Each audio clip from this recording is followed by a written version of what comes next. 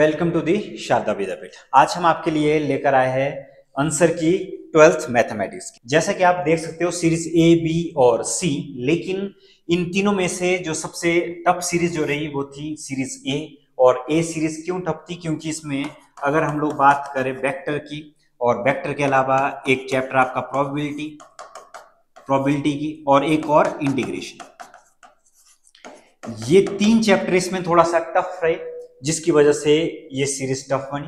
और series B की बात करें तो सीरीज बी बिल्कुल इजी पोर्शन था, और सीरीज सी थोड़ा सा टफ है। ऐसा नहीं कि सीरीज सी भी कोई टफ सीरीज आई थी, बी और सी बिल्कुल आसान सीरीज आई थी। सीरीज जो ए है ये टफ इसलिए रही क्योंकि इसमें कुछ क्वेश्चंस आपको टफ देखने को मिले। तो चलिए डिस्कस कर लेते हैं one by one series A, series B और सीरीज सी के क्वेश्चन और आंसर। तो देखिए, अगर हम बात करें सीरीज ए, तो सीरीज ए का जो पहला क्वेश्चन है, सीरीज ए का पहला क्वेश्चन है फंक्शन आर टू आर, और उसके बाद यहां पर देखिए, यहां पर लिखा हुआ है f of x is equal to x raise to power 4।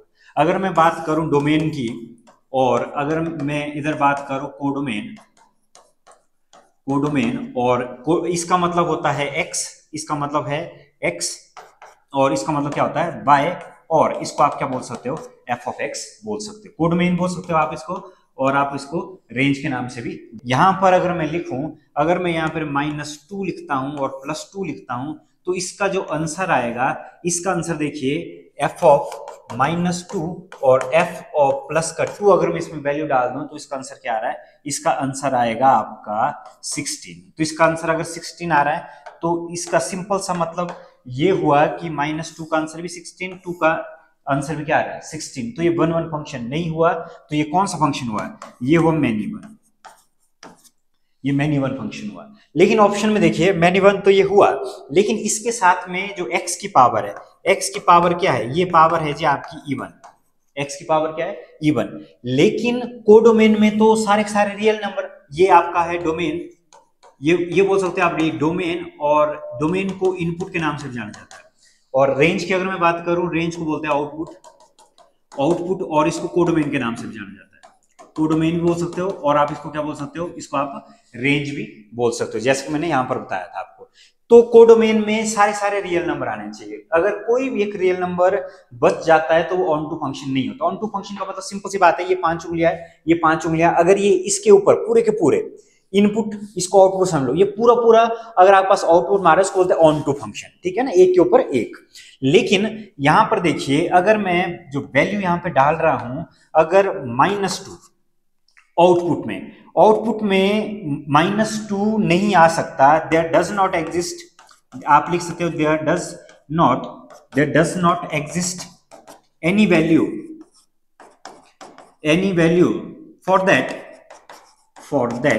F of x is equal to -2। कहने का मतलब ये है कि जो आंसर है हमारा या आउटपुट है, आउटपुट -2 इसमें कभी भी नहीं आएगी, मतलब आउटपुट माइनस में नहीं आएगी। क्यों? क्योंकि इसकी जो पावर है, इसकी पावर कितनी है? इसकी पावर है इवन नंबर, तो इसलिए ये क्या नहीं होगा। इसका मतलब ये होगा कि 1 1 तो ये फंक्शन ऐसे भी नहीं था, और ऊपर से ऑन टू फंक्शन भी नहीं हुआ, और ये था मैनी वन। लेकिन मैनी वन के साथ में इस ऑप्शन में देखिए क्या दिक्कत है, यहाँ पर है 1 1 ऑन टू, ये तो नहीं है, ठीक है ना, और उसके बाद यहाँ पर है मैनी वन ऑन टू, लेकिन ये ऑन टू भी नहीं है, तो इसकी वजह से ये भी इसका आंसर नहीं होगा। F is 1 1 but not onto, तो ये 1 1 तो ऐसे भी नहीं है, तो ये f is neither 1 1 nor onto. तो आपका जो आंसर है, आंसर क्या रहेगा? Option D. ओके जी, अगर हम लोग बात करें सेकंड क्वेश्चन, तो देखिए सेकंड क्वेश्चन में क्या बोल रहा है, ये बोल रहा है कॉट इनवर्स y। तो हमें पता है कि टेबल से इनवर्स ट्रिग्नोमेट्री में कि इसकी जो आउटपुट है, इसकी आउटपुट आएगी कहां से कहां तक? 0 से लेके पाई के बीच में, लेकिन ओपन ब्रैकेट, क्लोज ब्रैकेट नहीं। क्लोज ब्रैकेट आता है कहां? कॉस के केस में आता है, ये है कॉट। तो इसका जो आंसर आएगा, ओपन ब्रैकेट का मतलब होता है लेस देन इक्वल टू नहीं होगा, ये वाला इसका आंसर नहीं होगा। इसका आंसर क्या होगा? इसका आंसर होगा सेकंड का ए। इसमें देखिए थर्ड क्वेश्चन में ये बोल रहे हैं साइन, ये क्या आया था, π/3 माइनस साइन इनवर्स के बाद -1/2, और ये बनाया था। अब हमें पता होना चाहिए कि जो साइन की वैल्यू है, साइन की जो प्रिंसिपल वैल्यू है, इसकी वैल्यू कहां से कहां तक लाई कर सकती है? इसकी वैल्यू, इसका जो आंसर आ सकता है, इसका आंसर आता था -π/2 से लेके कहां तक? π/2 के बीच में। मतलब इसका आंसर माइनस में भी आ सकता है, और ये 90 के ऊपर नहीं जाएगा इसका आंसर। तो हम लोग लिख सकते हैं साइन π/3 माइनस, देखो मैंने कहा था कि साइन का आंसर माइनस में भी आ सकता, तो माइनस 30 डिग्री, ये 1/2 है, 1/2 होता है 30 डिग्री प्लस का 30 डिग्री, लेकिन यहाँ पे माइनस है तो -30 डिग्री लिखी गई, माइनस ऑफ π/6, क्योंकि 30 डिग्री को लिखा जाता है π/6, तो यहाँ पर ये बनेगा π/3 प्लस π/6। तो जी इसका जो आंसर बनेगा, इसका आंसर देखिए एलसीएम बनने के बाद 2π + π/6। नाउ ये क्या बनेगा, ये बनेगा sin 3π/6, और इसकी जो वैल्यू बनेगी sin π/2, तो sin π/2 कितना आएगा जी आपका आएगा 1, तो इसका जो आंसर रहेगा, इसका आंसर रहेगा ऑप्शन डी। फोर्थ क्वेश्चन के बारे में डिस्कस कर लेते। तो देखो फोर्थ क्वेश्चन में क्या गिवन है कि matrix A and B will inverse of each other only. तो इसमें क्या आएगा, इसमें आएगा जी आपका कि सबसे पहले आप लिखेंगे कि गिवन दैट में क्या है, ये बोल रहे हैं कि ए इनवर्स है बी के इक्वल और बी इनवर्स है किसके इक्वल, ए के इक्वल। फिर हमें क्या पता है, एज बी नो दैट, तो एज बी नो दैट में क्या पता है कि ए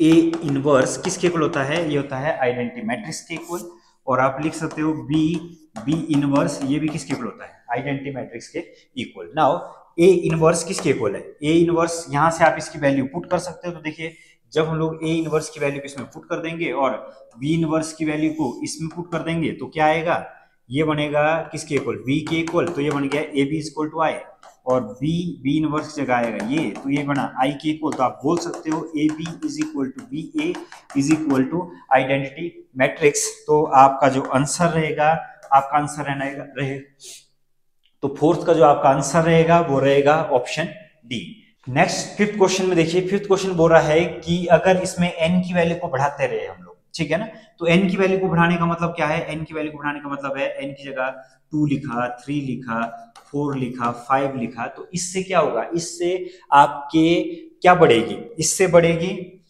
रो, इससे कॉलम बढ़ेंगे, कॉलम क्या हो जाएंगे, इंक्रीज, कॉलम इंक्रीज होंगे, लेकिन इसमें जो रो है, रो तो ओनली वन, रो ओनली वन, रो इसमें वन रहेगी, बाकी कॉलम बढ़ते जाएंगे इस तरह से, ये मैट्रिक्स इस तरह से बढ़ती जाएगी आगे को, ये इस तरफ को चलती जाएगी, तो इसका मतलब ये कौन सी मैट्रिक्स है, ये वाली मैट्रिक्स आपकी रहेगी रो मैट्रिक्स। क्वेश्चन नंबर 6 देखिए, क्वेश्चन नंबर 6 में क्या बोल रहा है, ये बोल रहा है कि y is equal to e raise power minus nx, इसका फाइंड आउट करना डेरिवेटिव dy अपॉन dx, तो ये होगा minus x e raise power minus n, पहले e रेज़ पावर रहेगा एज इट इज nx की डिफरेंशिएशन की, तो इसका माइनस और x के आगे कोई भी जो टर्म होगी वो आ जाएगी आगे। इसका जो आंसर रहेगा, इसका आंसर रहेगा आपका minus n e raise to power minus nx। Question number 7 देखिए, क्वेश्चन नंबर 7 में क्या बोल रहा है, क्वेश्चन नंबर 7 में बोल रहे हैं कि आपके जो ये f ऑफ x है, f ऑफ x किसके इक्वल है, ये है log x के इक्वल, ये बड़ा स्ट्रिक्टली इंक्रीजिंग है डिक्रीजिंग है, क्या होगा, तो आप देख सकते हो अगली स्लाइड में, देखो स्ट्रिक्टली इंक्रीजिंग डिक्रीजिंग ये सब कुछ इन्होंने बताया है, तो हमें बताना है कि ये फंक्शन क्या होगा।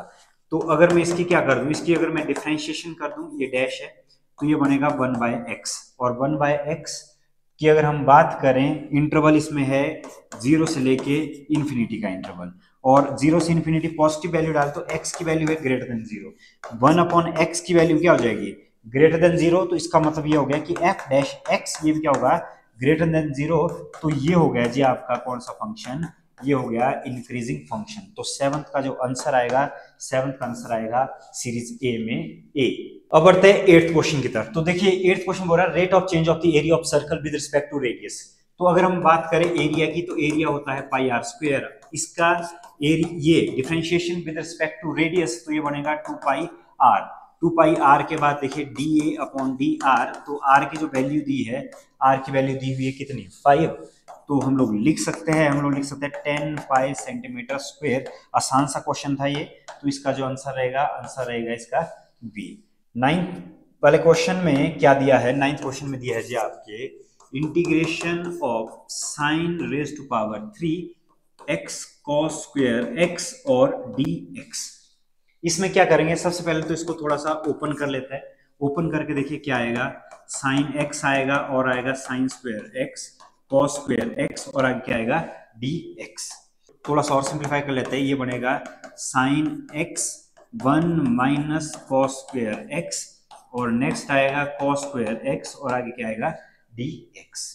वैल्यू पुट कर लेते हैं, पुट तो cos x को हम लोग पुट कर देंगे t के इक्वल, तो देखिए क्या आएगा, cos x को मैं पुट कर रहा हूँ t के इक्वल, तो ये बनेगा dt upon dx is equal to minus sine x, और यहां से dx की जो वैल्यू आएगी, dx की वैल्यू आएगी dt upon minus sine x। अब इसमें वैल्यू डाल लेते हैं फॉर्मूले में, तो देखिए ये क्या बनेगा, साइन x 1 माइनस टी का स्क्वायर और यहाँ बनेगा dt over minus sine x। Now sine x से साइन x कैंसल्ड आउट, और ये बन जाएगा जी आपका माइनस 1 माइनस टी का स्क्वायर dt, ये बनेगा जी नेक्स्ट फर्दर ये बनेगा माइनस टी का square minus t raised power 4 dt। Integration जब करेंगे तो ये बनेगा minus t raised power 3 plus T raised power 5 upon 5 plus सी, एक ऑर्बिटल कांस्टेंट भी इसके साथ आएगा। अब क्या करेंगे, जहां जहां पे टी था वहां पे कॉस पुट कर लेते, तो देखिए हमारा जो फाइनल आंसर बनेगा minus 1 upon 3 cos cube x plus 1 upon 5 cos raised power 5x plus C. तो हमारा जो आंसर रहेगा ऑप्शन सी। नेक्स्ट देखिए, नेक्स्ट क्वेश्चन नंबर 10 की अगर हम बात करें, तो डिग्री पूछा हुआ डायरेक्ट सा क्वेश्चन है ये।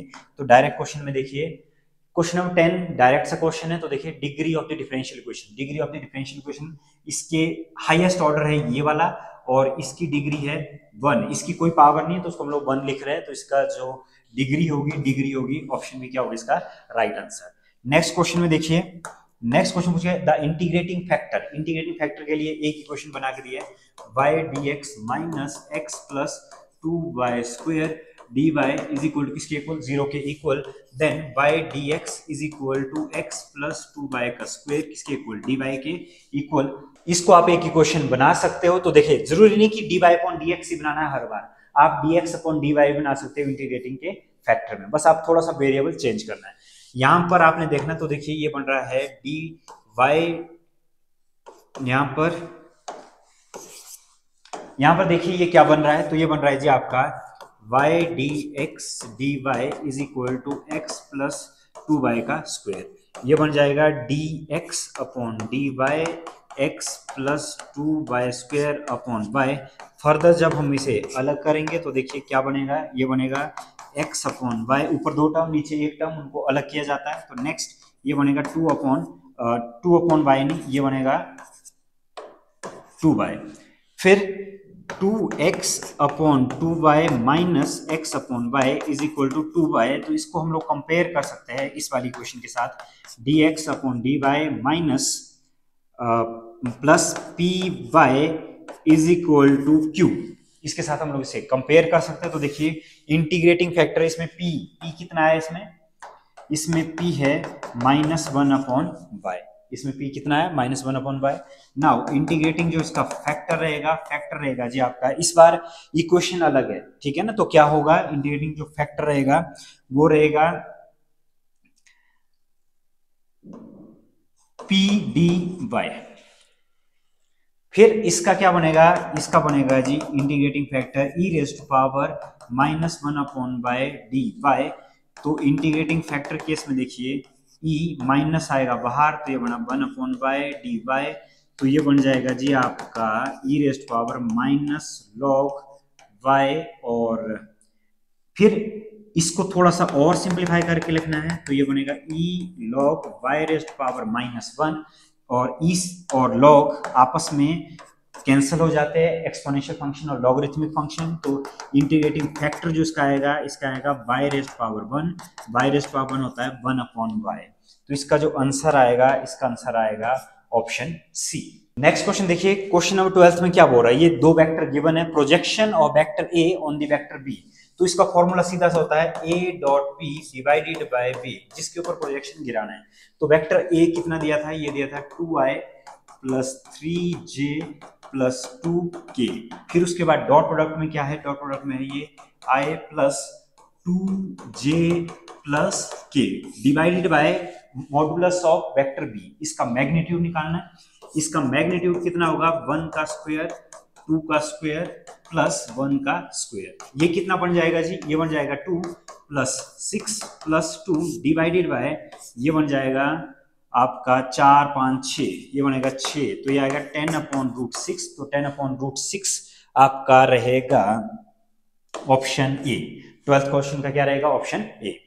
नेक्स्ट क्वेश्चन देखिए, क्वेश्चन नंबर 13। तो क्वेश्चन नंबर 13 फॉर्मूला ये L² + M² + N² किसके इक्वल होता है? 1 के इक्वल। तो इसका 13 का आंसर रहेगा ऑप्शन ए। और अगर हम लोग बात करें क्वेश्चन नंबर 14 की, तो देखिए क्वेश्चन नंबर 14 में ये 3D वाले क्वेश्चन है। 3D वाले जो चैप्टर आपका है 3 डायमेंशनल ज्योमेट्री, तो उससे क्वेश्चन आया हुआ है। लेकिन यहाँ पर थोड़ा सा मिस प्रिंट मैं बोल सकता हूँ, ये क्वेश्चन थोड़ा मिस प्रिंट हुआ, लेकिन उसके अकॉर्डिंग इसका आंसर कुछ अलग आना था। अगर यहाँ पर लिखा हुआ B1 - B2 आपके क्वेश्चन पेपर में, लेकिन यहाँ पर क्या होना था? B1.B2, और यहाँ पर भी क्या होना था? B1.B2। तो तब ये भी राइट होता है, ये भी राइट होता है, और ये इसकी करेक्ट एक्सप्लेनेशन भी होती है। लेकिन यहाँ पर है B1 - B2, और यहाँ पर भी देखिए ये फॉर्मूला होता है, आपको पता ही होगा B1.B2 होता है, तो यहाँ पर लिखा है B1 - B2। इस वजह से जो इसका आंसर आना चाहिए, इसका आंसर क्या आना चाहिए? Both are wrong. तो इसका आंसर आना चाहिए both assertion and reason are false। इसका आंसर आना चाहिए ऑप्शन डी के इक्वल। नेक्स्ट देखिए 15 क्वेश्चन, क्योंकि एचई बोर्ड वाले सिर्फ दूसरी बार ऐसा एग्जाम दे रहे हैं जिसमें आपको assertion और रीजन देखने को मिल रही है। एक बार आपको जब आपने टर्म 1 टर्म 2, इससे पहले 2-3 साल पहले जब टर्म 1 टर्म 2 होते थे, तब ये assertion और रीजन देखने को मिलता था। यहाँ पर देखिए गिवन क्या है, इसमें दिया है कि P ऑफ A दिया है इसके इक्वल, P ऑफ A और B दिया है इसके इक्वल, P भी दिया है इसके इक्वल। फिर बोल रहे हैं कि P की वैल्यू आएगी 3/8। फॉर्मूला नीचे लिखा हुआ है, इंडिपेंडेंट इवेंट के ये फॉर्मूले लिखे हुए, तो इसको यूज कर लेते हैं। तो यहाँ पर देखिए ये बोल रहे A यूनियन B, इसका गिवन क्या क्या है? गिवन में जी P ऑफ A ये दिया है 1/5 के इक्वल। नेक्स्ट दिया है A union B, A union B है 1/2 के इक्वल, और PB की जो वैल्यू है, PB की वैल्यू दी है जी आपके पास P के इक्वल। और यहां पर ये बोल रहे कि इंडिपेंडेंट इवेंट जो होता है उसमें क्या होता है कि A इंटरसेक्शन B वो होता है किसके इक्वल? PA और PB के मल्टीप्लाई के इक्वल। तो इसका मतलब इंटरसेक्शन किसके इक्वल बन गया? ये बना जी हमारा 1/5 × P, तो ये आएगा P/5। अब वैल्यू फाइंड आउट कर लेते हैं। एक जो फॉर्मूला आपका होता है, तो देखिए ये होता है A union B is equal to probability of A plus probability of B minus probability of A intersection B। Now A union B में क्या आएगा? इसमें आएगा 1/2 is equal to P of A आएगा 1/5, और B की जगह आएगा P माइनस ये आ जाएगा P/5। अब इसको सॉल्व कर लेते हैं, तो देखिए ये बन जाएगा 1/2 माइनस 1/5, ये बनेगा 5P माइनस P/5। तो इसका आंसर आएगा जी आपका 3/10 is equal to 4P/5। Next जब हम इसे सॉल्व करेंगे तो देखिए कितना बना, ये बना 15/10, और ये बना 40, और ये आ गया P की वैल्यू, और P की जो वैल्यू आएगी हमारी ये आई 3/8। तो यहां से हम बता सकते हैं कि इस का यूज करके हमने क्या किया। ये तो फॉर्मूले है, ये सारे फॉर्मूले बिल्कुल राइट है। तो इसकी वजह से जो P की जो वैल्यू आई थी, यहाँ पे P की वैल्यू 3/8, और यहाँ पर भी सॉल्व करने के बाद कितनी आई? 3/8। तो इसका जो आंसर रहेगा, इसका आंसर ये भी ट्रू, ये भी ट्रू, और ये इसकी करेक्ट एक्सप्लेनेशन है। तो इसका जो आंसर रहेगा जी आपका, इसका आंसर रहेगा option A. Option A is right answer. Next में देखिए, नेक्स्ट वाले क्वेश्चन में ये बोल रहा है कि आपके पास दो इवेंट हैं।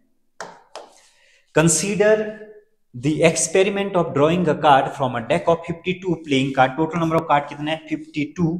और उसके बाद दिखा है equally likely E and F, equally likely E of. टोटल कार्ड है 52, और E और F है। Denotes the event the card drawn spade and the card drawn is an ace, respectively the E conditional probability F।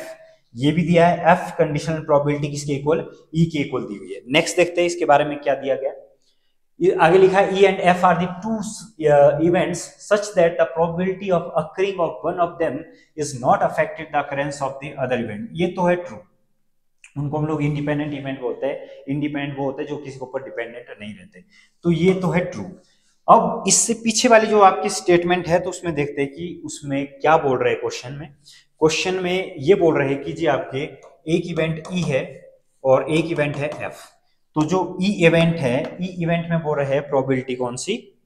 Spade की, ठीक है ना। तो स्पेड कितने होते हैं? स्पेड होते हैं जी आपके पास 13।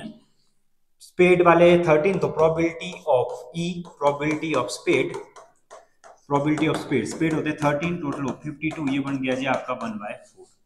फिर प्रोबेबिलिटी ऑफ एफ, एफ की अगर बात करें तो एफ में आ रहा है एस, ठीक है ना, वो होते हैं 4, ई के कितने होते हैं 4, तो ये आ गया 52, तो ये बन जाएगा जी आपका, क्या बन जाएगा, ये बन जाएगा 1/30। अब इनके बीच में intersection, E intersection F, spade के होते हैं कितने, स्पेड के होते हैं 13, पते 13 में से कोई एक इक्का भी आ सकता है, एक ही होगा इसकी प्रोबेबिलिटी में, ठीक है ना। तो इसकी जो प्रोबेबिलिटी बनेगी ई इंटरसेक्शन एफ, ई इंटरसेक्शन, क्योंकि इसमें कॉमन, ठीक है ना, स्पेड में इक्का भी आता है तो एक होगा, एक ही इक्का आता स्पेड में। नेक्स्ट ये बन जाएगा 1/52। अब ये बोल रहे हैं कि जी ई एफ, ई एफ का मतलब ये होता है कि ई जो इन्होंने लिखा है, चलो इस तरह से लिखते हैं, यहां पर वैसे दूसरी तरह से भी लिखा जाता है, तो ये बनेगा probability of E intersection F, और यहां पर आएगा प्रोबेबिलिटी ऑफ एफ, तो ये आएगा जी 1/52, और डिवाइड में क्या आ रहा है, डिवाइड में आएगा probability of F, probability of F कितना है, प्रोबेबिलिटी ऑफ एफ है 1/13, तो ये बनेगा 13/52, तो ये आया जी आपका कितना, ये आ गया 1/4। तो प्रोबेबिलिटी में देखिए नेक्स्ट, और प्रोबेबिलिटी एफ और ई जो डिवाइड में होता है या इस तरह से जो होता है उसको डिवाइड में लिखा जाता है। नेक्स्ट यहां पर मैं लिख रहा हूं probability of E intersection F divided by probability of E, क्या बनेगा ये बनेगा आपका 1/52 तो रहेगा एज इट इज, और ये आएगा 1/4, ये बना 4/52, ये आ गया जी आपका 1/13। तो इसके जो आंसर थे, तो देखिए क्या ये अफेक्ट हुए कि नहीं हुए, यहां पर हम लोग चेक कर सकते हैं। तो देखो प्रोबेबिलिटी ऑफ ई ये अफेक्ट हुआ इससे, इसका आंसर भी पहले कितना था 1/4 था, और बाद में सॉल्व करने के बाद भी कितना आया आंसर 1/4 आया, तो ये अफेक्ट नहीं हुआ, ये बना इंडिपेंडेंट। फिर दूसरा जो ये है, यहां पर भी देखिए 1/13 और ये भी 1/13, तो आप इसका आंसर पहले भी जब ये अकेला था तब भी कितना आ रहा था 1/13, और बाद में जब हमने इसके साथ ये बोल दिया है कि जो इवेंट ई है वो अकर हो चुका है, उसके बाद भी इसका आंसर कितना है 1/13 है, तो ये अफेक्ट नहीं हुआ। तो हम लोग बोल सकते हैं E and F are independent event. ये आपके एनसीईआरटी बुक में क्वेश्चन है, एनसीईआरटी में सॉल्व क्वेश्चन है ये पढ़े हुए। तो देखिए, तो हम लोग क्या बोल सकते हैं, E and F are the independent events. तो इसकी वजह से हम बोल सकते हैं कि ये भी देखिए वैल्यू हमारी सेम आई, इसकी जो वैल्यू थी पी ऑफ ई एफ ये भी 1/4 और एफ ये भी कितना है 1/13, तो ये सेम है, ये राइट है, तो ये भी राइट है। और नेक्स्ट जो हमारा इसका जो आंसर रहेगा, इसका आंसर क्या रहेगा, इसका आंसर रहेगा both assertion and reason are the true and reason R is the correct explanation of assertion A। तो ये था ऑल अबाउट सीरीज ए का सॉल्यूशन। अब बढ़ते हैं सीरीज बी की तरफ। सीरीज बी में देखते हैं। तो देखिए सीरीज बी में जो पहला क्वेश्चन है फंक्शन का क्वेश्चन है ये R to R, और इसमें f of x दिया है 1 + x² के इक्वल। सबसे पहले चेक कर लेते हैं इसमें इनपुट और आउटपुट। इसको कहा जाता है इनपुट और इसको बोलते हैं आउटपुट। अब इसमें मैं डाल रहा हूं, मान लो अगर मैंने इसमें एक बार डाल दिया +2 और एक बार -2, +2 डालने के बाद भी इसका आंसर 5 आएगा, और -2 डालने के बाद भी इसका आंसर क्या आएगा 5 आएगा। तो इसका मतलब ये 1-1 फंक्शन तो नहीं, 1-1 में अलग अलग आंसर आते हैं हमेशा। तो इसका मतलब ये हुआ कि 2 और -2 के लिए ये क्या कर रहा है, मैं यहाँ पर इनपुट लिख रहा हूँ, इसको लिख रहा हूँ आउटपुट लिख रहा हूँ। तो इसका जो आंसर आ रहा है, इसका आंसर आ रहा है 5। तो ये 1-1 तो नहीं है जी, ये है जी आपका कौन सा मैनी 1 वाला फंक्शन। अब चेक कर लेते हैं ऑन टू के लिए। ऑन टू इसको कब बोला जाएगा, जब ये हर एक कंडीशन को क्या करेगा सेटिस्फाई करेगा, ठीक है ना। कोई भी ऐसा नंबर छूटना नहीं चाहिए उधर आउटपुट में कोई भी नंबर, ठीक है ना। कौन सा नंबर है रियल नंबर में जैसे कोई भी नंबर उठा लेता हूं, मान लो मैं आपसे बोल रहा हूं कि माइनस का नंबर चाहिए कोई, -2 क्या कभी इसमें आंसर में आएगा, नहीं आएगा, क्योंकि इसमें क्या है, इसमें है स्क्वायर, और ये कौन सी पावर है, ये है पावर आपकी इवन नंबर की। इवन नंबर में माइनस वाले नंबर, माइनस का आंसर ये कभी नहीं दे पाएगा, ठीक है ना। -2 बोलो, मैं -3 लिख रहा हूं, -3 हम लोग लिख सकते हैं for output -3 there does not exist input input ही ऐसी एग्जिस्ट नहीं करती है such x belongs to real number for that f of x is equal to किसके इक्वल आए -3 के इक्वल आए। तो इसका मतलब तो हम लोग बोल सकते हैं कि ये जो फंक्शन है ये नाइदर 1 1 और नॉर ऑन 2। तो इसका जो आंसर रहेगा, इसका आंसर क्या रहेगा, ऑप्शन डी। अब बढ़ते हैं क्वेश्चन नंबर 2 की तरफ। तो देखिए क्वेश्चन नंबर 2 की अगर हम लोग बात करें तो टेंजेंट इनवर्स का जो आउटपुट आता है, तो आउटपुट वो किसके बीच में आता है, ये आता है -π/2 से π/2 के बीच में। लेकिन इसमें ध्यान ये रखना आपने, इसमें जो ब्रैकेट है, ब्रैकेट लगता है इसमें ओपन ब्रैकेट। तो ओपन ब्रैकेट की वजह से तो इसका जो आंसर आएगा, इसका आंसर क्या आएगा, ऑप्शन बी। अब सॉल्व कर लेते हैं क्वेश्चन नंबर 3 के बारे में। तो देखिए क्वेश्चन सॉल्व कर लेते हैं क्वेश्चन नंबर 3 को। तो क्या आएगा इसकी जगह, यहाँ पर दिया है साइन और आगे लिखा है टेंजेंट इनवर्स और टेंजेंट इनवर्स x और लिखा mod of x less than equal to 1 sorry less than 1 is equal to. इसको अगर देखिए, अगर हम इसका ट्राइंगल बना देते हैं तो ट्राइंगल में टेंजेंट का फॉर्मूला क्या होता है, परपेंडिकुलर अपॉन बेस। तो ये है टेंजेंट इनवर्स x।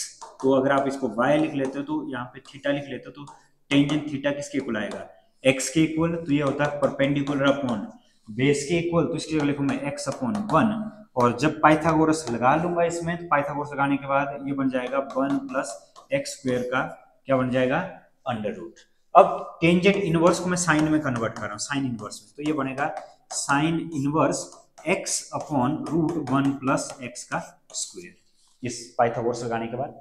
अब देखिए साइन और साइन इनवर्स आपस में कैंसल आउट हो जाएंगे। तो इसका जो आंसर आएगा, आंसर क्या आएगा, x plus x upon under root 1 plus x square. तो इसका जो आंसर रहेगा जी आपका, इसका आंसर रहेगा ऑप्शन डी। ऑप्शन डी इसका राइट आंसर रहेगा।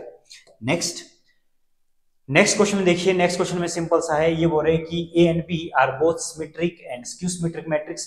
तो वो क्या हो जाता है, वो 0 के इक्वल होता है। क्यों, क्योंकि ए प्लस ए डैश, तो ये ए के इक्वल होता है और ए डैश किसके इक्वल होता है, माइनस ए के इक्वल होता है। तो आप बोल सकते हैं ए माइनस ए, ये किसके इक्वल हो जाएगा, 0 के इक्वल। तो आप बोल सकते हो ए इज अ 0 मैट्रिक्स। नेक्स्ट, ये भी फॉर्मूला है, जब भी आपके पास ऐसा आ जाए एडजॉइंट ऑफ ए, तो एडजॉइंट ऑफ ए होता है डिटर्मिनेंट, और डिटर्मिनेंट में से n-1 जितनी उसके जो ये वाला, ठीक है ना, ये वाला जो सीक्वेंस दिया स्क्वायर मैट्रिक्स का 3 का ऑर्डर है, तो उससे क्या हो जाएगा, एक कम हो जाएगा। ये यहां पर लिखेंगे 3-1, तो इसका जो आंसर आएगा, इसका आंसर आएगा option C. Next question number 6 की अगर बात करें तो 6 है differentiation of sine log x. Differentiation of sine log x, तो इसका क्या होगा, सबसे पहले तो कॉस के बाद ये रहेगा log x as it is, log x के बाद अगेन क्या होगा, डिफरेंशिएशन ऑफ लॉग एक्स होगा। फिर ये आएगा जी आपका कॉस लॉग एक्स और लॉग एक्स की जगह आएगा एक्स। तो इसका जो आंसर रहेगा जी, इसका आंसर रहेगा option A, cos log x divided by x. Next में देखिए क्वेश्चन नंबर 7। क्वेश्चन नंबर 7 में दिया है f of x is equal to x square plus 2x minus 5 के इक्वल। ये बोल रहे कि स्ट्रिक्टली डिक्रीजिंग कौन से इंटरवल में होगा ये क्वेश्चन। ये एप्लीकेशन ऑफ डेरिवेटिव वाले चैप्टर से आया वो क्वेश्चन है। तो देखिए सबसे पहले तो फर्स्ट डेरिवेटिव फाइंड आउट कर लेते हैं, इसका स्लोप फाइंड आउट कर। स्लोप से पता लग जाता है कि ग्राफ कहाँ पे डिक्रीज हो रहा है, कहाँ पे इंक्रीज हो रहा है। तो यहाँ पर आएगा 2x प्लस 2। अब इसमें कोई भी वैल्यू डाल लेते हैं, तो देखिए यहाँ से 1 से आगे कोई भी वैल्यू डाल दोगे इसमें, तो ये इंक्रीज हो जाएगा।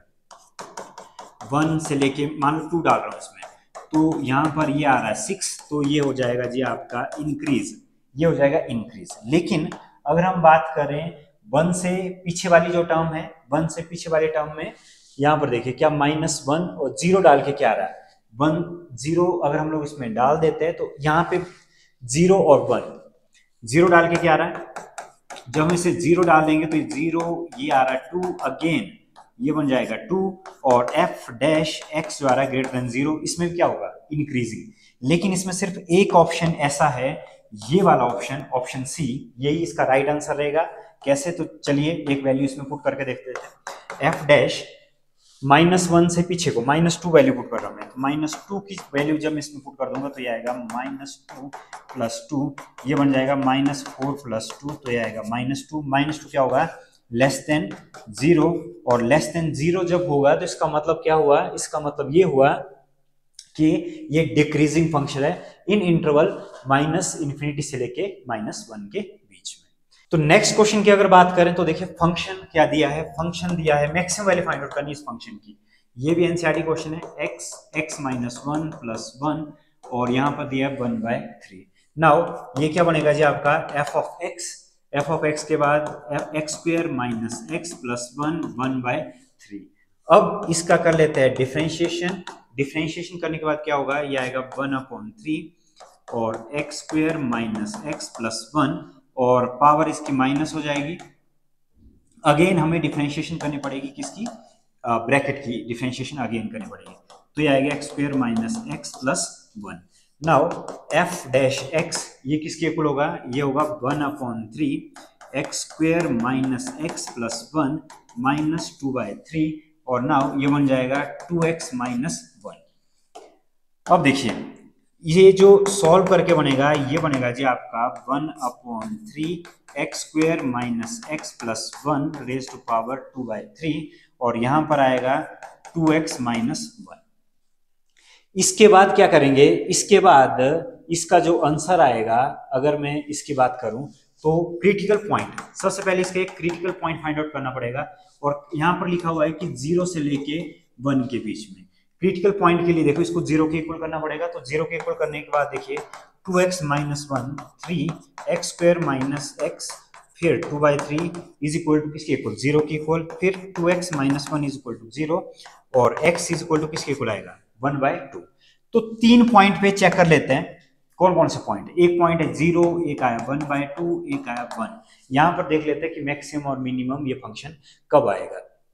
तो यहां पर देखिए क्रिटिकल पॉइंट के बाद इसमें वैल्यू डाल लेते हैं फंक्शन में f ऑफ 0 जब मैं इसमें वैल्यू डालूंगा 0 × 0 - 1 + 1 और यह 1/3। तो इसके केस में ये जो आंसर आएगा, इसका आंसर आया 1। फिर उसके बाद f ऑफ 1/2 जब हम इसमें डाल देंगे तो 1/2 एंड 1/2 - 1 + 1 1/3। f ऑफ 1/2 को जब हम सॉल्व करेंगे तो देखिए क्या बना 1/2 और -1/2 + 1 और 1/3। ये बन गया 4 गया, 4 जाएगा इधर तो ये बनेगा 3/4 टाइम्स ऑफ 1/3। ये छोटा होता है 1 से। फिर इसके बाद एक और चेक कर लेते हैं कहां पर 1 पे इसकी वैल्यू एक और चेक कर लेते हैं। तो देखिए 1, अब मैं इसमें 1 की वैल्यू डाल रहा हूं तो यहां पर फिर से क्या आ रहा है 1 × 1 - 1 + 1 1/3। तो f of 1 is equal to ये आएगा 1 रेज़ टू पावर 1/3। तो इसका आंसर रहेगा जी आपका 1। तो इसकी जो मैक्सिमम वैल्यू है, इसकी मैक्सिमम वैल्यू क्या रहेगी, इसकी मैक्सिमम वैल्यू रहेगी 1। और इसका अगर ऐसा पूछते कि क्रिटिकल पॉइंट, तब इसका आंसर आना था 1/2। नेक्स्ट क्वेश्चन देखिए क्वेश्चन नंबर 9 में। क्वेश्चन नंबर 9 में क्या पूछा गया है, क्वेश्चन नंबर 9 में डायरेक्ट सा क्वेश्चन है कि इंटीग्रेशन कर दीजिए x² e⁻³ x3 dx। इसमें क्या करना पड़ेगा, पुट करना पड़ेगा x⁻³ को किसके इक्वल, t के इक्वल। तो ये बना 3x² is equal to dt/dx। तो dx किसके इक्वल आएगा dt/3x²। तो I is equal to x² e⁻t dt/3x²। 3x² से ये कट जाएगा तो ये बन जाएगा 1/3 e⁻t dt। इसकी जो इंटीग्रेशन करने के बाद इसका आंसर रहेगा e⁻t + c।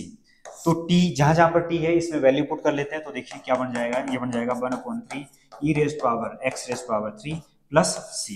तो इसका आंसर आएगा 1/3 ऑप्शन ए रहेगा इसका राइट आंसर। नेक्स्ट है सिंपल सा क्वेश्चन है the number of arbitrary constant in the general solution. General solution जितने ऑर्डर की होती है, कौन सा ऑर्डर की है, 4th ऑर्डर की। तो इसका आंसर भी क्या आएगा 4 आएगा। लेकिन अगर ये होता पर्टिकुलर सॉल्यूशन तब इसका आंसर 0 आना था। नेक्स्ट देखिए इंटीग्रेटिंग फैक्टर पूछा गया है क्वेश्चन नंबर 11 का। तो क्वेश्चन नंबर 11 में सबसे पहले dy/dx + y cot x is equal to 2x + x² cot x। इस इक्वेशन को हम लोग कंपेयर कर सकते हैं किसके साथ, इसको हम लोग कंपेयर कर सकते हैं dy/dx + py is equal to q। तो p किसके इक्वल आया, p आया cot x के इक्वल। तो इंटीग्रेटिंग जो फैक्टर होगा, इंटीग्रेटिंग फैक्टर होगा पी डी एक्स, तो integrating factor e raise to power cot x d x के इक्वल, तो इसका जो आंसर आएगा, इसका आंसर आएगा लॉग साइन एक्स। तो ई और लॉग आपस में क्या हो जाएंगे, ई और लॉग आपस में हो जाएंगे कैंसल, तो integrating factor is equal to किसके इक्वल आएगा, ये आएगा साइन एक्स के इक्वल।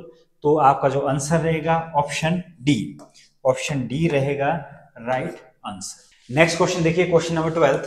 तो क्वेश्चन नंबर 12 में क्या है, क्वेश्चन नंबर 12 में वेक्टर ए वेक्टर बी आपको दिए गए हैं, तो इसमें भी प्रोजेक्शन वाला क्वेश्चन है, तो इसमें फॉर्मूला रहेगा A dot B divided by its magnitude. तो ए और बी को हम लोग क्या करेंगे, ए और बी को कर लेते हैं, ए और बी वाले जो वेक्टर है इनको कर लेते हैं डॉट प्रोडक्ट निकाल लेते हैं इसका, आई प्लस 2j प्लस के डिवाइडेड बाय बी, बी क्या क्या रहेगा, इसका रहेगा 1 का स्क्वायर प्लस 2 का स्क्वायर प्लस 1, तो 1 का भी स्क्वायर कर लो तो एक ही बात है।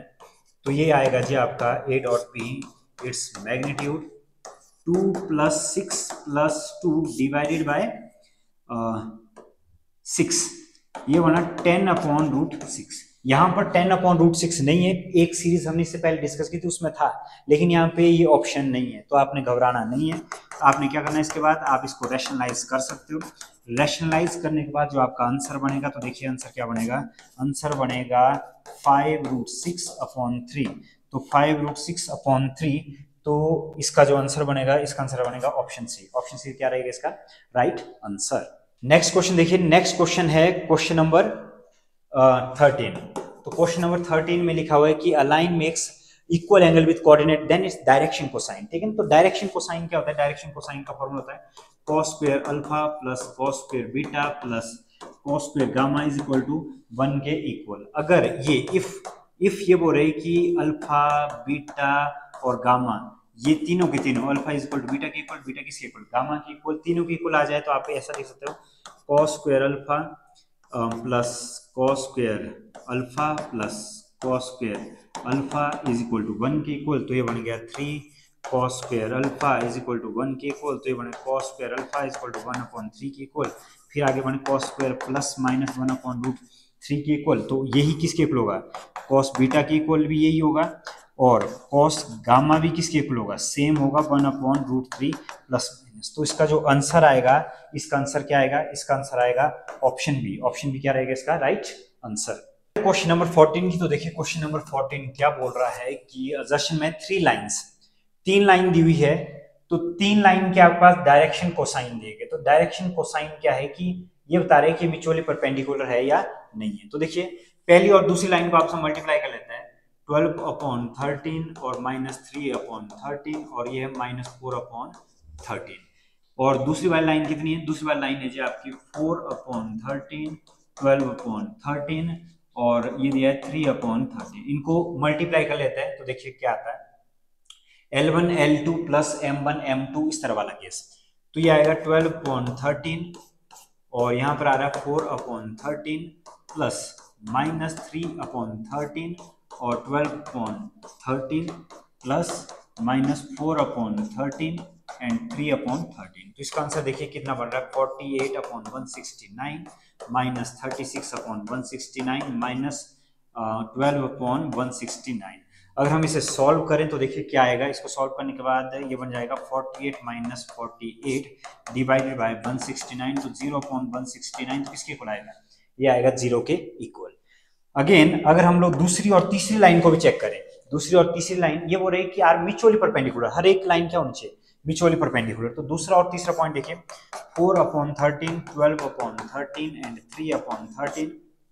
फिर दूसरा जो पॉइंट है, तीसरा पॉइंट है 3/13 माइनस 4/13 12/13। इनको भी मल्टीप्लाई कर लेते हैं तो देखिए क्या आएगा, तो इसका आंसर आएगा, आंसर क्या आएगा 4/13 into 3/13 plus 12/13 into minus 4/13 plus 3/13 into 12/13। तो ये देखिए ये क्या बनेगा, ये बनेगा 12/169 माइनस 48/169 और प्लस 36/169। तो इसको जब हम लोग सॉल्व करें तो अगेन ये भी क्या आ जाएगा, 0 आएगा। तो इस तरह से आप इसको मल्टीप्लाई करने के बाद ये भी 0 बन रहा है, इसको अगर इसके साथ मल्टीप्लाई करें तब ये क्या बन रहा है, 0 बन रहा है। तो इसका मतलब ये क्या है, परपेंडिकुलर है। अगर आप पहले वाले और तीसरे को भी मल्टीप्लाई करोगे तब भी आपका आंसर क्या आएगा, 0 आएगा। तो इसका मतलब पहली वाला, ये पहला क्वेश्चन है, ये 3D ज्योमेट्री का पहला क्वेश्चन, तो ये क्या है, राइट आंसर। नेक्स्ट, ये जो पॉइंट आपको गिवन है, तो देखिए इस पॉइंट से हम लोग क्या करेंगे कि इसके डायरेक्शन रेशियो फाइंड आउट करते हैं। यहां पर मैं बात कर रहा हूं डायरेक्शन रेशियो की, तो डायरेक्शन रेशियो होता है नंबर। देखिए क्या बनेगा, 3 - 1 तो ये बनेगा 2, और b1 सेकंड वाले पॉइंट में से सेकंड वाला पॉइंट जब हम लोग माइनस करेंगे तो ये बन गया 5, और c1 क्या हो गया, -2 तो ये आ जाएगा आपका -4। नेक्स्ट में देखिए, नेक्स्ट वाले के केस में 2 पॉइंट और दिए हैं, 0, 3, 2 एंड एक पॉइंट दिया है 3, 5 और 6। अब इससे भी a2 फाइंड आउट कर लेते हैं, तो क्या आएगा, a2 क्या आएगा आपका 3 - 0 तो ये आ गया 3, और b2 क्या आएगा जी, b2 आएगा 5 - 3 किसके इक्वल, 2 के इक्वल, और c2 किसके इक्वल आएगा, 6 - 2 किसके इक्वल, 4 के इक्वल। अगर अब फाइंड आउट कर लेते हैं इसका प्रोडक्ट में क्या आएगा, a1 a2 plus b1 b2 plus c1 c2। तो डायरेक्शन रेशियो का अगर प्रोडक्ट का जो सम है अगर वो 0 के इक्वल आता है तो क्या होगा कि परपेंडिकुलर होंगे। तो चेक कर लेते हैं, देखिए इसमें a1 की जगह कितना था, a1 की जगह है 2, और a2 की जगह कितना है, a2 की जगह है 3, और b1 की जगह कितना है जी, b1 की जगह है 5, और b2 की जगह कितना है, b2 की जगह है 2, और c1 की जगह कितना है, c1 की जगह है -4, और c2 की जगह कितना है, c2 की जगह है 4। ये बन जाएगा 6 + 10 - 16, तो ये आएगा जी आपका 16 - 16 किसके इक्वल, 0 के इक्वल। तो कहने का मतलब ये है कि ये वाली स्टेटमेंट ये भी आपकी ट्रू है, ये भी म्यूचुअली परपेंडिकुलर है, क्योंकि इसका प्रोडक्ट इसके साथ 0 बन रहा है, इसके साथ प्रोडक्ट 0 बन रहा है, और ये सारे क्या बन रहे हैं, ये 0 के इक्वल बन रहे हैं। तो नेक्स्ट अगर हम बात करें इसकी, तो इसमें भी क्या बन रहा था, ये 0 के इक्वल बन, तो बोथ था राइट। लेकिन यहां पर देखिए, यहां पर लिखा है डायरेक्शन कोसाइन, और यहां पर क्या लिखा है, यहां पर लिखा हुआ है डायरेक्शन रेशियो। यहां पर क्या लगा, यहां पर लगा डायरेक्शन रेशियो। तो डायरेक्शन जो कोसाइन होता है ये होता है एंगल, ये एंगल होता है, और ये होता है ओनली नंबर। इनके बीच की अगर हम लोग बात करें रिलेशन की, तो मैं एक रिलेशन यहां पर लिख रहा हूं, इसका रिलेशन होता है L = √a² + b² + c²। और अगर मैं m की बात करूं, m होगा b/√a² + b² + c²। और अगर मैं n के बारे में बात करूं, n होगा c/a² + b² + c² के इक्वल। तो ये अलग अलग क्वेश्चन है, ठीक है ना, एक डायरेक्शन रेशियो पे बेस्ड है, तो एक डायरेक्शन कोसाइन पे बेस्ड है। हम लोग ये नहीं बोल सकते कि ये इसकी करेक्ट एक्सप्लेनेशन होगी। तो इसके अकॉर्डिंग जो इसका आंसर होगा, इसका आंसर क्या होगा जी आपका, इसका आंसर होगा ऑप्शन बी रहेगा इसका राइट आंसर। नेक्स्ट क्वेश्चन देखिए, नेक्स्ट क्वेश्चन की तरफ बढ़ते हैं। 15 क्वेश्चन प्रोबेबिलिटी का क्या बोल रहा है, 2 coins are tossed simultaneously, the probability of getting 2 head if it is known that at least 1 head comes up is 1/3। और एक दिया फॉर्मूला, रैंडम एक्सपेरिमेंट का फॉर्मूला। तो यहां पर देखिए ध्यान देने वाली बात यहां पर ये है कि ये बोल रहे हैं find 2 coins are tossed simultaneously। दो कॉइन टॉस होते हैं, देखो हेड आता है, हेड टेल आता है, टेल हेड आता है, या तो टेल टेल आता है। गेटिंग 2 हेड, एक इवेंट है getting 2 head if it is known that, मतलब ऑलरेडी अकर है एटलीस्ट 1, ये ऑलरेडी अकर, ये ऑलरेडी अकरिंग इवेंट है। तो देखिए अगर मैं लिख रहा हूं ई इवेंट, अगर मैं इस वाले इवेंट 2 हेड वाले इवेंट को लिखता हूं एफ इवेंट, और इस वाले एटलीस्ट 1 हेड वाले इवेंट को अगर मैं लिखता हूं ई वाला इवेंट, एफ वाला इवेंट में यहां पे सबसे पहले लिख लेता हूं, एफ वाला इवेंट का मतलब है 2 हेड वाला इवेंट, और ई वाला इवेंट को लिख रहा हूं at least 1 head, at least one head. तो यहां पर देखिए P ऑफ F क्या आएगा, P ऑफ F आएगा, एक ही हेड है, तो एक हेड आने का मतलब है ये वाला इवेंट हेड, तो ये आएगा 1/4। और P ऑफ E की बात करें, एटलीस्ट 1 हेड का मतलब है एक हेड होना चाहिए, और दो भी चल पड़ेंगे, ये आएगा जी आपके पास हेड टेल, टेल हेड, और हेड हेड। तो ये बनेगा 3/4। इनके बीच में इंटरसेक्शन F इंटरसेक्शन E, इसके बीच में एक इंटरसेक्शन आ रहा है HH का, तो इसकी जो प्रोबेबिलिटी होगी, इसकी प्रोबेबिलिटी क्या होगी, या F इंटरसेक्शन E बोलो चाहे E इंटरसेक्शन F बोल दो, एक ही बात है, तो इसकी प्रोबेबिलिटी होगी 1/4। अगर हम लोग कंडीशनल प्रोबेबिलिटी फाइंड आउट करते हैं PFE, तो ये बना जी आपके पास PE intersection F divide by PE, तो E इंटरसेक्शन F किसके इक्वल आएगा, ये है 1/4 के इक्वल, और P ऑफ E वाला केस ये किसके इक्वल है 3/4 के इक्वल, ये इससे कट जाएगा, तो इसका जो आंसर है, इसका आंसर कितना आया 1/3। तो इसका आंसर जो आ रहा है 1/3, तो ये राइट स्टेटमेंट है कि इसका जो आंसर आएगा, अगर ऑलरेडी एटलीस्ट वन हेड अकर हुआ है तो इसका आंसर आया 1/3। और उस किसके फॉर्मूले से यूज करके, ये वाला फॉर्मूला हमने यूज करके, तो ये रीजन है, इसकी वजह से इसका आंसर आया। तो हम लोग बोल सकते हैं कि option A both are correct, ठीक है ना, both are true and reason is the correct explanation of assertion A. Okay जी, बढ़ते हैं नेक्स्ट क्वेश्चन की तरफ। तो नेक्स्ट क्वेश्चन देखिए, नेक्स्ट क्वेश्चन में क्या बोल रहा है कि E and F are the two event associated with the same sample space of random experiment. Conditional probability of the event E that A has occurred, ठीक है ना। तो अगर आपका F occurred हो गया है तो उसको डिवाइड में लिखा जाता है, कोई भी इवेंट अगर occurred है तो उसको डिवाइड में लिखा जाता है, तो ये तो है ट्रू।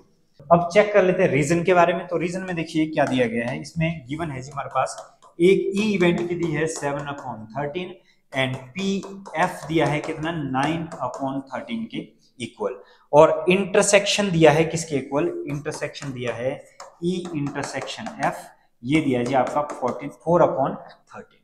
अब पूछा क्या गया है, कंडीशनल प्रोबेबिलिटी EF के बारे में पूछी गई, तो हम लोग लिखेंगे P of E intersection F divided by probability of event F, ये आएगा जी आपका 4/13, और F वाला जो केस आएगा 9/13, 13 आपस में कैंसिल हो जाएंगे, तो इसका आंसर आना चाहिए था 4/9, लेकिन इसका आंसर क्या आ रहा है, इसका आंसर आ रहा है 5/9। तो हम लोग बोल सकते हैं कि ये रीजन वाला जो पोर्शन है ये है हमारा गलत। तो assertion is true, reason is false. तो इसमें हमारा जो आंसर रहेगा, इसका आंसर क्या रहेगा, assertion is true and reason is false. तो हमारा जो आंसर रहेगा इसमें रहेगा आंसर सी, ऑप्शन सी रहेगा हमारा इसमें right answer. Assertion is true and reason is false.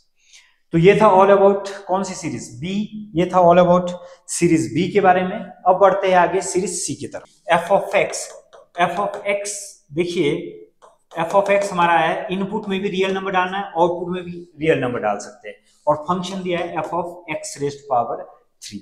यहां पर चेक कर लेते हैं पहले इसका आंसर क्या आएगा। अगर मैं इसकी जगह -2 लिख लेता हूं तो -2 रेज्ड टू पावर 3 ये आ रहा -8, और +2 रेज्ड टू पावर 3 ये आ रहा 8, बोथ आर डिफरेंट। तो यहाँ पर आप चेक कर सकते हैं, मैं सिर्फ दो नंबर चेक कर रहा हूँ 2 और 2, तो इसका जो आंसर आ रहा है -8 और 8। तो इसकी वजह से देखिए आप क्या बोल सकते हैं, आप बोल सकते हैं कि -2 की पावर -2 की जो इमेज बन रही है, इमेज क्या बन -8, ये डिफरेंट है, तो 1 हम लोग बोल सकते हैं। ये कौन सा फंक्शन है, ये 1 फंक्शन है।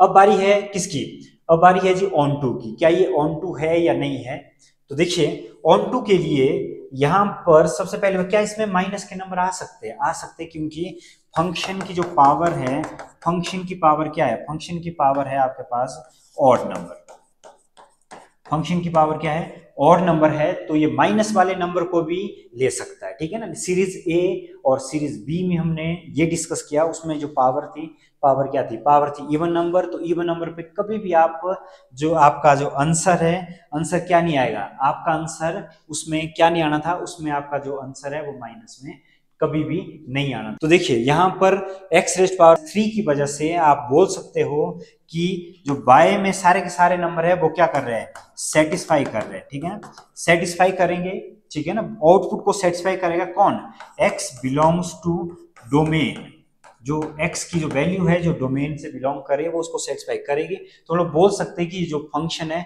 ये फंक्शन आपका f is 1 1 and onto. तो इसका जो आंसर रहेगा, इसका आंसर रहेगा ऑप्शन ए। जो सेकंड क्वेश्चन है, सेकंड क्वेश्चन देखिए क्या लिखा है, if cos inverse x is equal to y, तो इसका जो आंसर है, इसका आंसर किस तरह से लिखा जाएगा, इसका आंसर लिखा जाएगा 0 से लेके पाई के बीच में, और कौन सा ब्रैकेट, क्लोज ब्रैकेट।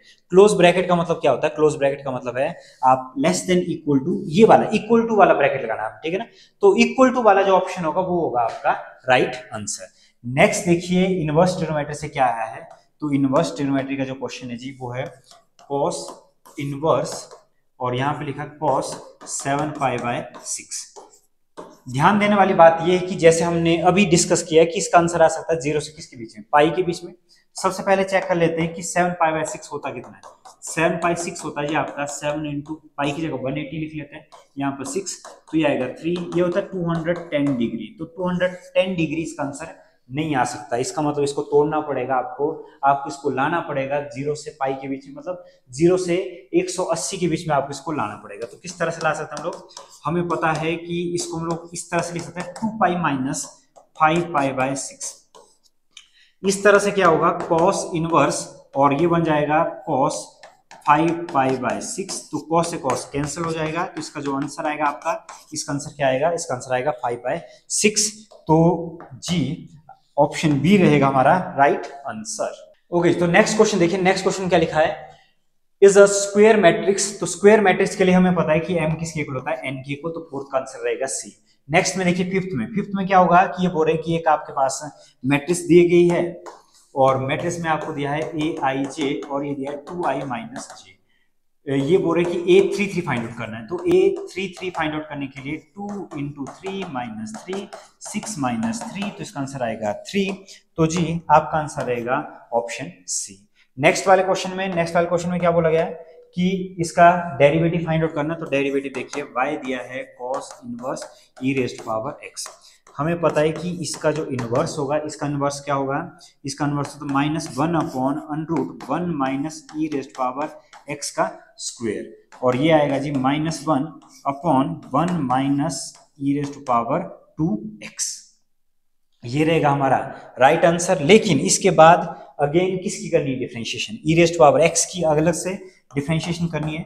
तो आंसर जो फाइनल आंसर क्या होगा, यहां पर आप गलती कर सकते हो, फाइनल आंसर हमारा रहेगा minus e raised to power x 1 minus e raised to power 2x। तो आपका आंसर जो आना चाहिए वो आना चाहिए ऑप्शन बी, तो ऑप्शन बी रहेगा इसमें राइट आंसर। ओके जी, नेक्स्ट क्वेश्चन की अगर हम बात करें तो देखिए नेक्स्ट क्वेश्चन क्या बोल रहा है कि एरिया, फिर से area of circle pi r square, और ये चेंज हो रहा है विद रिस्पेक्ट टू, ये 7 क्वेश्चन है, विद रिस्पेक्ट टू रेडियस, तो ये बना जाए आपका 2 पाई आर, आर की जगह वैल्यू 6 डाल देंगे तो ये बनेगा d a upon r with respect to, तो ये 2 इंटू 6, तो ये आएगा 12 पाई सेंटीमीटर स्क्वायर पर सेंटीमीटर। तो आपका जो आंसर आएगा, आंसर क्या रहेगा, ऑप्शन बी।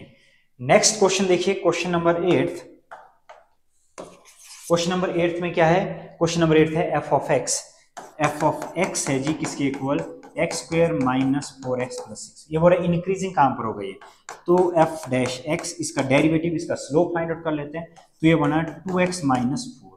तो 2x माइनस 4 में इंक्रीजिंग पूछा है, तो इंक्रीजिंग के केस में अगर मैं इसमें 0 पुट कर दूं, तो अगर मैं 0 पुट कर रहा हूं तो यहाँ पर देखिए 0 माइनस 4, तो ये बन रहा है माइनस का 4, और अगर इसमें पुट कर लेते हैं 2 से ये वाला, तो ये वाला ऑप्शन तो खत्म हो गया, परे वाला ऑप्शन भी आपके पास खत्म हो गया, ये वाला ऑप्शन देखिए 2, तो यहाँ पर अगर मैं 3 पुट कर लेता हूँ तो यहाँ पे आएगा 2 इंटू 3 माइनस 4, 6 माइनस 4 किसके इक्वल है 2, और 2 क्या है ग्रेटर देन 0, तो इसका मतलब आप ये बोल सकते हो f dash x greater than 0, ये इंक्रीजिंग फंक्शन के केस में आपका जो ऑप्शन रहेगा, ऑप्शन क्या रहेगा, ऑप्शन सी। क्वेश्चन नंबर 9 की अगर बात करें तो देखिए क्वेश्चन नंबर 9 क्या है, ये है sine square x minus cos square x divided by sine square x cos square x, और आगे क्या है dx। इसको थोड़ा सा अलग अलग करना पड़ेगा, तो देखिए क्या आएगा, sine square x divided by sine square x cos square x minus cos square x, और यहां पर आएगा sine square x cos square x, तो ये आएगा dx। नेक्स्ट में आएगा जी आपका 1 upon cos square x minus 1 upon sine square x, और यहां पर आएगा जी dx। तो इसको और फर्दर लिखा जा सकता है सेकेंड स्क्वायर एक्स माइनस यहां पर साइन स्क्वायर एक्स की क्या आ सकता है cosecant square x d x. इसकी जब इंटीग्रेशन करेंगे तो देखिए इसकी इंटीग्रेशन आता है टेंजेंट एक्स, इसका आता माइनस ऑफ कॉट एक्स, तो इसकी जगह आएगा प्लस कॉट एक्स प्लस सी। हमारा जो आंसर बनेगा जी ऑप्शन ए, नाइन्थ का रहेगा ऑप्शन ए। नेक्स्ट क्वेश्चन की अगर बात करें क्वेश्चन नंबर 10 की, the degree of the differential equation. तो degree of the differential equation में यहां पर देखिए यहां पर क्या लिखा, साइन के आगे कोई भी अगर आपके पास डेरिवेटिव आ जाता है तो इसकी वजह से डिग्री नॉट पॉसिबल होती है, नॉट डिफाइंड होगी। तो हमारा जो आंसर रहेगा, आंसर क्या रहेगा ऑप्शन डी, ऑप्शन डी रहेगा जी हमारा राइट आंसर। पर 11 के बारे में बात करते हैं तो देखिए क्वेश्चन नंबर 11 की अगर हम बात करें तो 11 में है 1 plus x square d y plus 2xy dx is equal to cot x dx।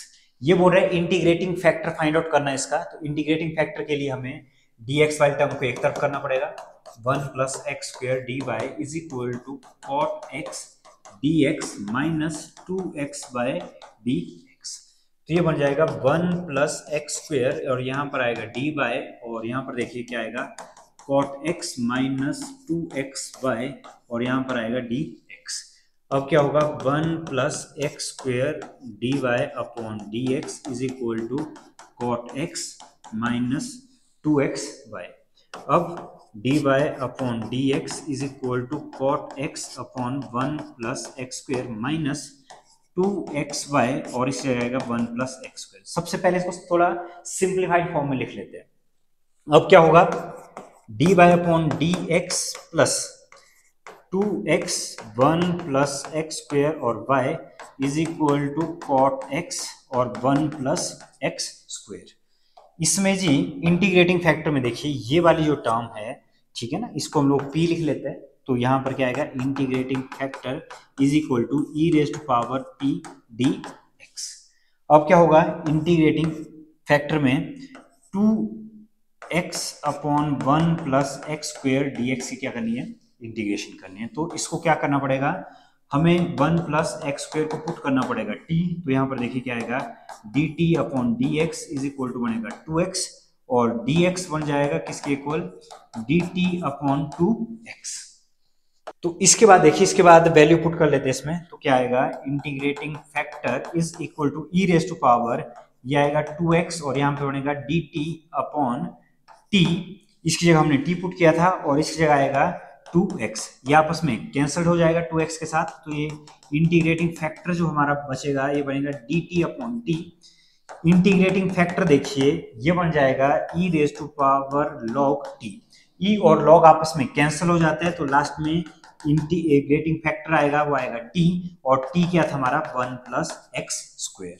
तो आंसर क्या रहेगा, आंसर रहेगा ऑप्शन डी, ऑप्शन डी होगा हमारा राइट आंसर। नेक्स्ट क्वेश्चन देखिए एक डॉट प्रोडक्ट का फॉर्मूला हमें पता है a dot B is equal to A B cos theta के इक्वल।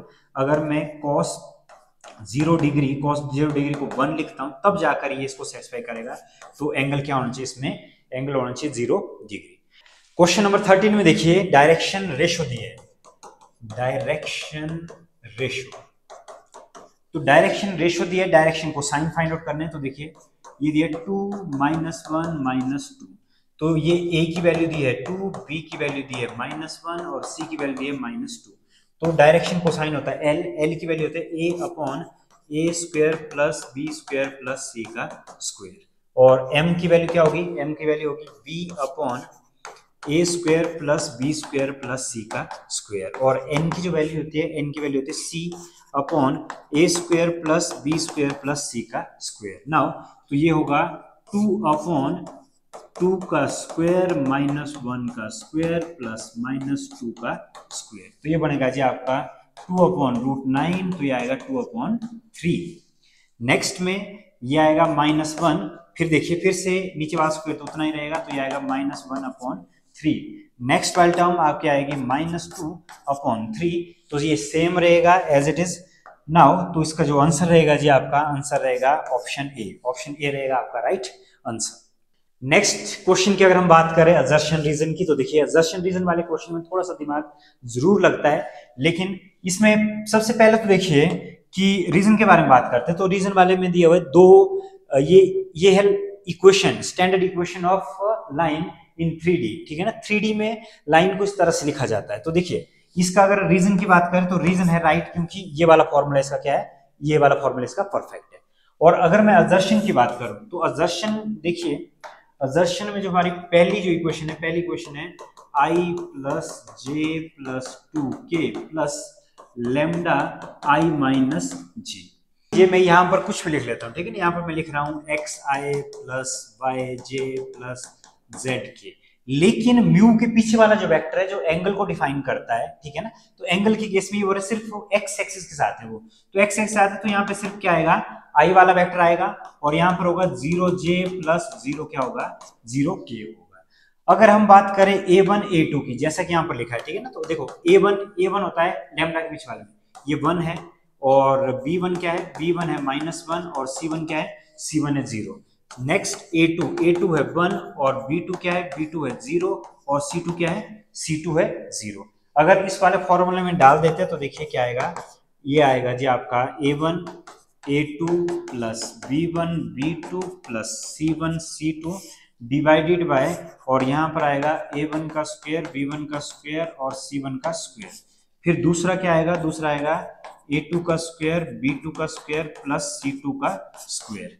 अब cos थीटा किसके इक्वल आएगा, cos थीटा आएगा जी आपका 1 इंटू 1 प्लस फिर आएगा -1 इंटू 0 प्लस 0 इंटू 0 अपॉन में देखिए, अपॉन में क्या आएगा, अपॉन में आएगा जी a1 b1 c1, इसका क्या आएगा, इसका स्क्वायर, तो 1 का स्क्वायर प्लस -1 का स्क्वायर, और नेक्स्ट वाले का आएगा 1 का स्क्वायर। cos थीटा ये बना जी 1/√2, और 1/√2 थीटा इज इक्वल टू क्या आएगा, π/4। तो इसका मतलब असर्शन में जो इन्होंने बताया था कि इनके बीच का जो एंगल है वो कितना होगा, π/4 होगा। तो π/4 क्या था, राइट आंसर। तो ये वाली स्टेटमेंट भी राइट है, ये वाली स्टेटमेंट भी आपकी राइट है। और किसकी वजह से ये राइट आई, ये इसका करेक्ट एक्सप्लेनेशन है, क्योंकि इसी फॉर्मूला का यूज करके हम लोग इसको फाइंड आउट कर सकते हैं। तो ओके जी, नेक्स्ट देखिए क्वेश्चन नंबर 15। क्वेश्चन नंबर 15 में ये बोल रहे हैं द प्रोबेबिलिटी ऑफ, यहां भी आंसर दिया हुआ है तो चेक करना है, इसके थ्रू हम लोग इसका आंसर फाइंड आउट करने की कोशिश करते हैं। The probability of drawing either an ace or king from a pack of 52 playing card is 2/13। और दूसरा क्या बोल रहा है, दूसरा बोल रहा है for two event A and B, P of A union B is equal to P of A plus P of B minus P of A intersection B के इक्वल। तो देखिए अगर हम बात करें कि आपके पास कोई A इवेंट है, A इवेंट में बोल रहा हूं कि ड्रॉ करने की कौन सी, एन एस, तो इक्के कितने होते हैं, इक्के होते हैं उसमें 4, तो हम लोग लिखेंगे 4/52, तो ये बना जाए आपका 1/30। और अगर मैं बात करूं बी की प्रोबेबिलिटी, तो बी की प्रोबेबिलिटी किंग, अ किंग ओपेक, तो किंग भी कितने होते हैं, किंग भी होते हैं उसमें 4 किंग होते हैं, तो यहां पर लिखिए 4/52, इसकी जगह पे आएगा 1/13। Now probability of drawing either, ये बोल रहे कि इन दोनों में से कॉमन क्या आएगा, एस और इनका आपस में कोई लेन देना नहीं होता, तो ए इंटरसेक्शन बी मैं इसमें 0 लिख सकता हूँ, और इसकी जो प्रोबेबिलिटी है, प्रोबेबिलिटी को भी मैं क्या लिख सकता हूँ, प्रोबेबिलिटी को भी 0, क्योंकि इनके बीच में किंग और एस के बीच में कोई भी लेना देना नहीं है। फिर ये बोल रहे हैं कि इसकी प्रोबेबिलिटी और वाली प्रोबेबिलिटी क्या आएगी, तो यहां पर देखिए P of A union B is equal to किसके इक्वल आएगा, ये आएगा P of A plus P of B minus P of A intersection B। अगर मैं इस फॉर्मूले में इसकी वैल्यू को डाल देता हूँ तो देखिए A यूनियन B किसके इक्वल आएगा, ये आएगा 1/13 प्लस 1/13 माइनस 0, तो ये बनेगा 2/13। तो इसका जो आंसर आएगा, इसका आंसर क्या आएगा, इसका आंसर आएगा 2/13। तो इसका मतलब ये हुआ कि ये वाली स्टेटमेंट भी राइट है, और ये वाली स्टेटमेंट हमने किसके थ्रू इसको प्रूव किया, इसको हमने प्रूव किया रीजन के थ्रू। मतलब असर्शन भी ट्रू, रीजन भी true, and reason is the correct explanation of assertion. तो इसका जो आंसर रहेगा, आंसर क्या रहेगा, ऑप्शन ए। ओके, तो देखिए क्वेश्चन नंबर 16 की अगर बात करें तो ये आपकी एनसीईआरटी बुक के 30.3 का ये पहला क्वेश्चन है, और ये वाला कौन सा क्वेश्चन, ये सेकंड क्वेश्चन है। तो ये बड़े बड़े क्वेश्चन है, लेकिन ये 1 नंबर में वैसे नहीं आने चाहिए थे, लेकिन ये दिए गए हैं आपको। तो देखिए पहला क्वेश्चन क्या बोल रहा है, अन कंटेन, अन का मतलब होता है कंटेनर कोई, 5 रेड एंड 5 ब्लैक बॉल। तो ये बोल रहे कि 5 रेड बॉल है उसमें और 5 क्या है उसमें, 5 ब्लैक बॉल है। ठीक है ना, एक कंटेनर है उसमें 5 रेड और 5 ब्लैक बॉल है। फिर ये बोल रहे a ball is drawn at random, its colour is noted and is return to the urn. Moreover 2 additional ball of the color drawn are put into the urn and then a ball is drawn at the random, the probability that second ball is red। ये बोल रहे कि second वाली ball को निकालने की जो probability है, ठीक है ना। तो अगर मैं बात करूं तो देखिए, अगर हम लोग बात करें कि अगर फर्स्ट टाइम में रेड बॉल आती है तो फर्स्ट टाइम में रेड बॉल की प्रोबेबिलिटी क्या होगी, 5.10। अगर फर्स्ट टाइम में रेड बॉल आती है तो ऐड किया जाता है उसी कलर की दो ball, addition of 2 red ball, 2 red ball. अब क्या होगा, अब प्रोबेबिलिटी क्या होगी, रेड दूसरी बार रेड बॉल आने की, दूसरी बार रेड बॉल, अब जैसे रेड कलर आया था तो रेड कलर की दूसरी प्रोबेबिलिटी क्या होगी, इसकी प्रोबेबिलिटी होगी 7 अब ये बढ़ जाएंगे, ठीक है ना, पहले 10 थी अब कितनी होगी, अब हो जाएगी 12। लेकिन अगर फर्स्ट टाइम में क्या आ जाती है, फर्स्ट टाइम आ जाती है ब्लैक बॉल, फर्स्ट टाइम क्या आ जाती है, ब्लैक बॉल, तो ब्लैक बॉल की प्रोबेबिलिटी क्या है, 5.10। फिर क्या होगा, ब्लैक बॉल आने के बाद ऐड की जाएगी, एडिशन ऑफ उसी कलर की दो बॉल, जो बॉल आपके हाथ में आई उसी कलर की दो बॉल और डाल देनी है, तो addition of 2 black balls, addition of 2 black balls. दो ब्लैक बॉल को जब हम उसमें ऐड कर देंगे तो देखिए क्या आएगा, इसकी जगह जब सेकंड रेड बॉल की प्रोबेबिलिटी क्या होगी, तो रेड बॉल को तो कोई फर्क नहीं पड़ेगा, बस फर्क पड़ेगा यहाँ पर कि वो टोटल हो जाएगी 5.12। लेकिन पूछा गया है कि probability that second ball is red, तो probability second ball is red का प्रोबेबिलिटी क्या होगी, second ball is red, second ball is red, तो सेकंड बॉल इज रेड की जो प्रोबेबिलिटी होगी वो क्या होगी जी, वो होगी या तो पहली बार रेड बॉल और सेकंड बार रेड बॉल प्लस इसके साथ में क्या होगा, पहली बार ब्लैक बॉल और दूसरी बार रेड बॉल। तो यहाँ पे देखिए पहली बार रेड बॉल तो इसकी जगह आएगा 5.10 और इसकी जगह आएगा 1/2 और इसकी जगह आएगा 1/2, इसकी जगह 7/12 प्लस, और उसके बाद ये बन जाएगा, ये भी देखिए ये बन गया 1/2, तो इसकी जगह लिखेंगे 1/2 और ये आएगा 5.12। यहां से जब हम इसे कॉमन ले लेंगे तो देखिए ये क्या बन गया है, ये बन गया 12/24, तो ये बन जाएगा 1/2। तो इसका मतलब ये हुआ कि ये वाला जो आंसर है, इसका आंसर यही वाली स्टेटमेंट क्या है, ये है राइट।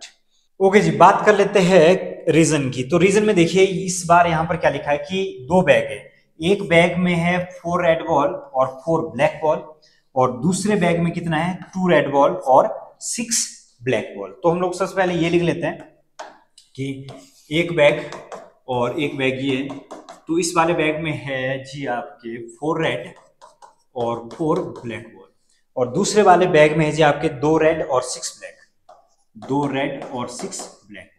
तो सबसे पहले तो देखिए यहाँ पर ये है बैग की प्रोबेबिलिटी कि कौन से बैग से हमने बॉल निकालनी है। तो बैग की कितने बैग है, 2 बैग, तो पहले वाले बैग की प्रोबेबिलिटी 1/2 होगी और अगर दूसरे बैग